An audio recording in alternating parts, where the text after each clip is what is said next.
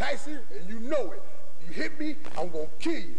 I'm gonna kill you. Top fighter up is to at least be learned and talking to some of the people he fought. Look here, just laughing at him. Ils pensaient pouvoir défier Mike Tyson, et ils l'ont regretté amèrement. Découvrez les 6 fois où Iron Mike a effacé l'arrogance de ses rivaux de la manière la plus brutale. Êtes-vous prêt à voir ce qui se passe quand on provoque une légende ?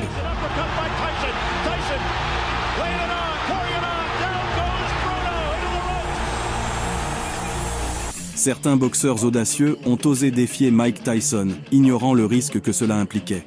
Aujourd'hui, nous reviendrons sur l'histoire de ceux qui, par leur insolence, ont déclenché la fureur d'Iron Mike et ont fini par en subir les conséquences. Notre première histoire nous transporte en 1990, lorsque Donovan Razor Rudock était considéré comme l'un des poids lourds les plus redoutés du moment.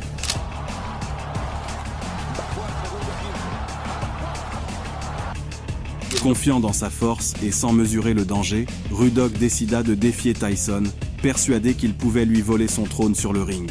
Son attitude provocatrice l'amena à sous-estimer le champion, sans imaginer ce qui l'attendait.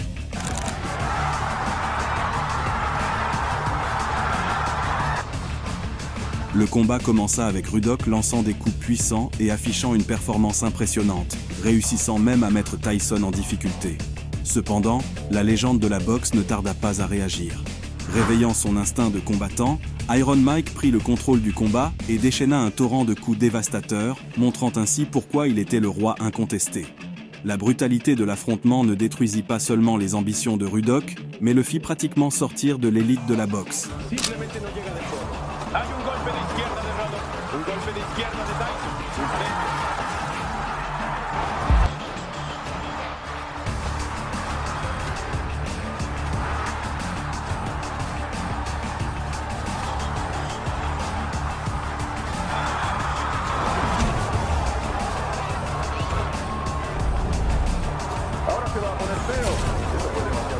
Andrew Golota, célèbre pour ses tricheries et ses tactiques sales, était un personnage qui se trouvait toujours sur la corde raide, défiant les règles du sport.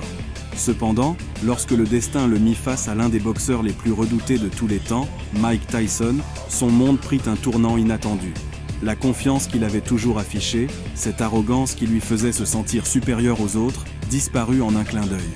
Golota, qui avait toujours eu recours à des astuces pour déstabiliser ses adversaires, tenta une fois de plus de jouer son jeu sale. Il lança des coups bas, des coudes et des poussées dans l'espoir que Tyson cède à ses pièges, comme beaucoup d'autres avant lui. Mais Tyson n'était pas n'importe qui. Le champion, connu pour sa rapidité et sa férocité, ne permettrait pas à un boxeur comme Golota de salir son nom.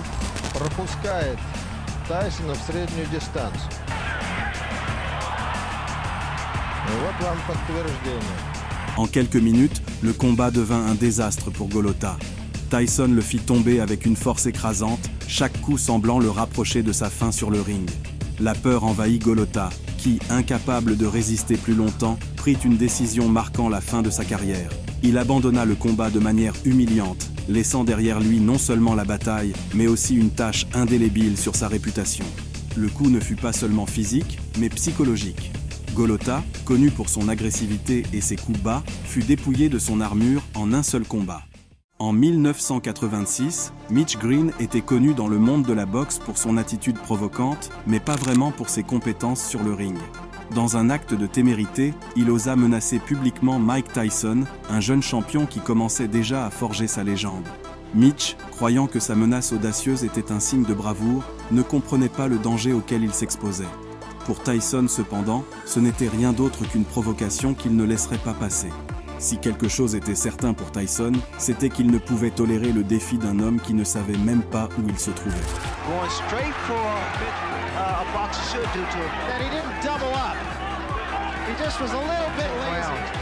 Dès le premier instant du combat, Tyson a montré son contrôle absolu. Mitch, qui était entré sur le ring avec une grande confiance, a rapidement réalisé qu'il était dans un combat qu'il ne pourrait pas gagner.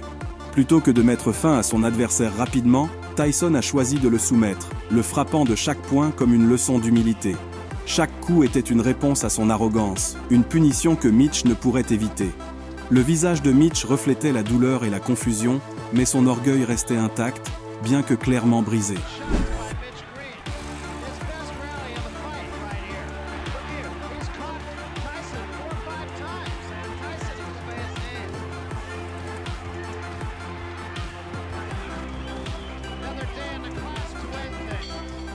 2 ans après cette défaite humiliante, Mitch, n'ayant pas appris la leçon, tenta à nouveau de défier Tyson, mais cette fois en dehors du ring.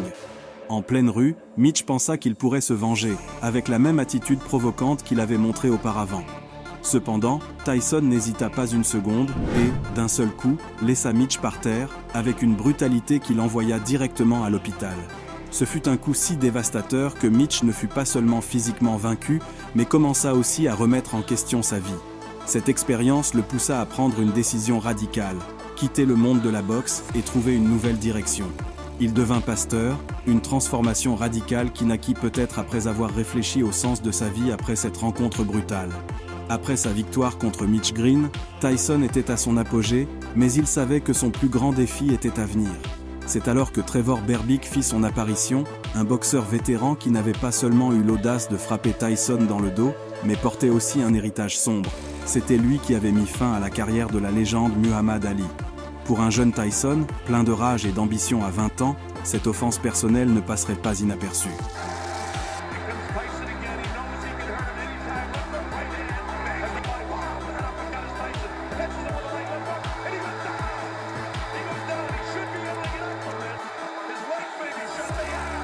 Dès le premier son de la cloche, Tyson a laissé clairement entendre que le ring était son domaine.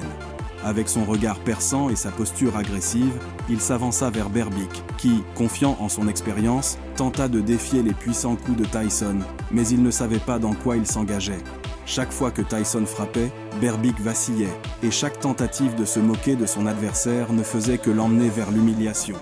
La brutalité de Tyson ne laissait place à aucun doute, et bientôt Berbick commença à tomber encore et encore au sol.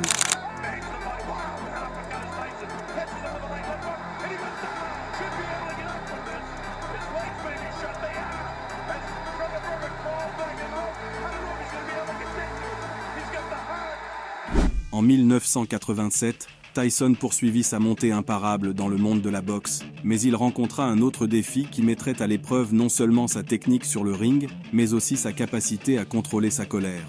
Tyrell Biggs, un médaillé olympique invaincu, était connu pour sa compétence et sa confiance. Cependant, au lieu de se concentrer sur sa préparation, Biggs choisit de le provoquer avant le combat avec des commentaires méprisants, sous-estimant la férocité de Tyson.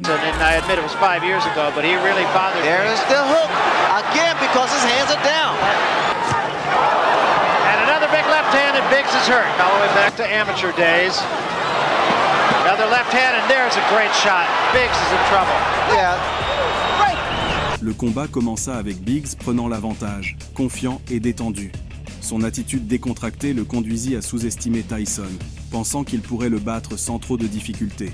Cependant, il réalisa vite qu'il avait commis une grave erreur.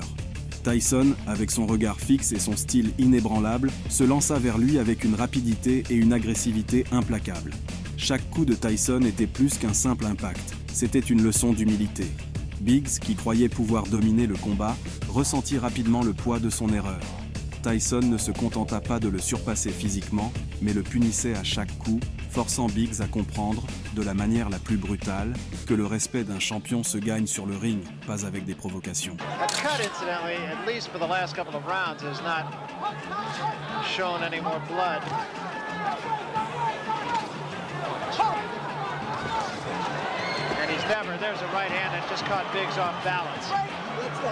Round après round, Tyson l'a puni sans pitié, lui donnant une leçon d'humilité à coups de poing. Finalement, il l'a complètement mis au tapis, le laissant étendu sur le ring, rêvant de ce qu'il n'a jamais pu accomplir. En 1995, après avoir purgé sa peine de prison, Tyson annonça son retour sur le ring, suscitant une grande attente chez les fans de boxe. Son adversaire cette fois serait Peter McNeely, surnommé Hurricane, un boxeur qui arriva avec une attitude défiante, convaincu que Tyson n'était plus le même qu'auparavant. Cependant, à peine le combat commença-t-il, il devint évident que la véritable tempête était Iron Mike. En quelques secondes, Tyson l'élimina, prouvant que le roi de la boxe était de retour. Replay, if it starts, you'll see Tyson land. Look at that hammering shot right there.